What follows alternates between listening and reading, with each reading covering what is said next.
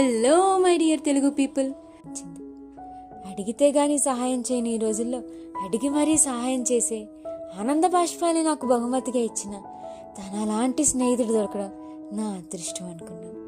తను చేసిన సహాయాన్ని ఎప్పటికీ మర్చిపోలేనని నా మనసులో అనుకున్నాను. విప్రో ట్రైనింగ్ పూర్తయింది. సెకండ్ అటెంప్ట్ రానే వచ్చింది. విప్రో ట్రైనింగ్ సెకండ్ అటెంప్ట్ రానే వచ్చింది. ఈసారి ఎలా అయినా ప్రిపేర్ అవ్వాలని గట్టిగా కూర్చొని చదివి ఎగ్జామ్ క్లియర్ చేశాను. ఇంట్లో అందరికీ ఈ విషయం చెప్పగా, పోనీలే ఇప్పుడు వేరే కంపెనీకి వెళ్లకుండా ఇందులోనే కంటిన్యూ అవ్వచ్చు, చాలా సంతోషం అని ఆనందించారు. నా మనసంతా ఈ బీటెక్ జ్ఞాపకాలతో నిండిపోయింది. ఈ 4 సంవత్సరాల ప్రయాణాన్ని నా జీవితంలో ఎప్పటికీ మర్చిపోలేను.